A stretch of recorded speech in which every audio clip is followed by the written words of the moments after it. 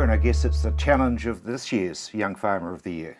Sure is, and we've got some pretty good news around that too, that new sponsor, and in fact new sponsors across the program there. So it's the FMG Young Farmer of the Year, and we've reverted back to the Young Farmer of the Year title rather than Young Farmer Contest.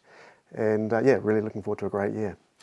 Tell me about your sponsors, because they're vital. They're not important, they're vital, aren't they? Yeah, they are vital. I mean, events don't run themselves and don't get funded on their own, and this is such a vital thing for the agricultural industry to really showcase excellence. So we've been really lucky that we've got a lot of long-term sponsors. We've had Honda for 40 years. Have you really? This is the 30th anniversary for Ravensdown.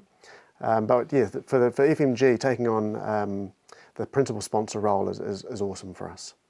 Prize package still huge? Was it really as big? Yeah, and increasing. So again, another thing that FMG wanted to do was make sure that we actually reward people right across the competition, not just the people that make it through to the grand final. So the most significant difference in terms of prize money is at district final level. So yeah, it really encouraged more people. We had just about 300 entrants this year.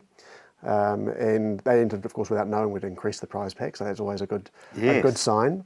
So retrospectively, they end up with a bigger cheque in their hand for those that got through to regional finals. And who's the other new sponsors? Yeah, so the new ones are Meridian Energy. So they've come on board, and we've created a new category around agri-knowledge, so the night show quiz events, and really trying to upscale the academic side of the competition. So a lot of work in the last 6 months has gone into sort of rebalancing the skill base that our finalists need, and it's balancing the practical skills, the academic, and then the presentation skills. So really find that all-rounder. I noticed last year all the finalists were males. Yes, and we are really working hard to get more women involved in the contest right the way through. This year we've had about 25% of our entrants are women, which is up on last year. Still a long way to go. About 45% of our members are female. And if you look at the university enrolment in most of the big agriculture programs, more and more women are getting into agriculture, and we want to reflect that in our competition as well. That it's not all about brawn. The real skill base in getting through is around ability and skill. And let's face it, the women are now playing a huge role in agriculture, whether it's they run the financial side, or a lot of them run farms while their husband's in town. Yeah, exactly right. And with the amount of technology now available on farm, it's not all about having great big muscles anymore.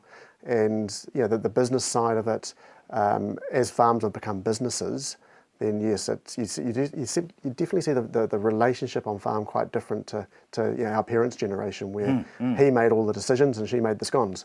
Yeah, exactly, and that has almost gone to the other extreme. Yeah. I mean, you hear the stories, don't you, Terry, about do you need that new tractor or do you just want a new tractor? That's right. And I mean, that's important news. Yeah, it is. And also what we're trying to do in the competition too is reflect what modern farming and modern agriculture is. So a lot more technology-based stuff coming in. We've introduced things like human resource modules, because a big challenge on farm is managing it as a business and how you actually deal with staff. And once again, that's very much a female-run area. Yeah, quite often. In a lot of cases. Yeah. But we want to make sure that the competition actually reflects reality, and we're making some good improvements. Not just the people who are on the land, there's a lot of people who are associated with agriculture who apply and can get to the top. Yeah, exactly. So it's not just about the gumboot wearer. The competition really is anybody who's interested in broader agriculture or primary industry stuff can have a go. And that's the other thing that we've really tried to push this year too, is that whilst at district final level, and we're going to probably change the name because it's not a final, it's a qualifier to get through into the regional finals and grand final, but actually have a go and look at what skills that you've already got that you don't know you've got, and have a lot of fun just learning things that you don't know. And as so often, you learn so much from the other people. Yeah, and we also want to make sure that the judges who are running those individual modules at district final level can actually educate as well, rather than just score. Absolutely.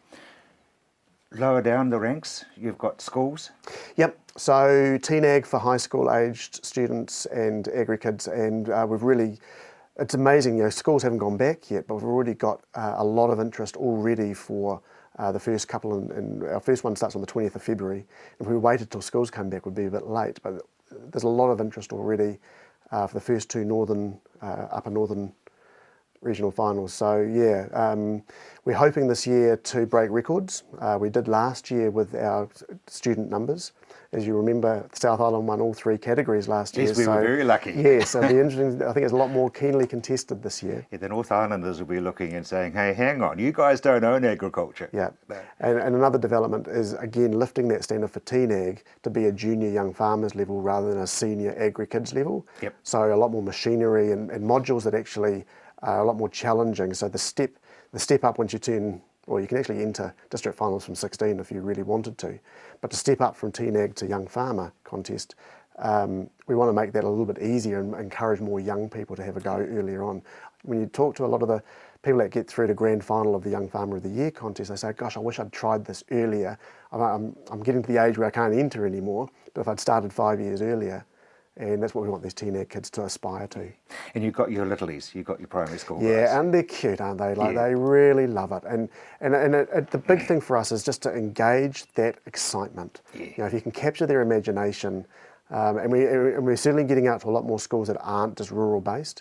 So if you capture that interest early on, who knows what will happen when it comes to careers. Thank you very much.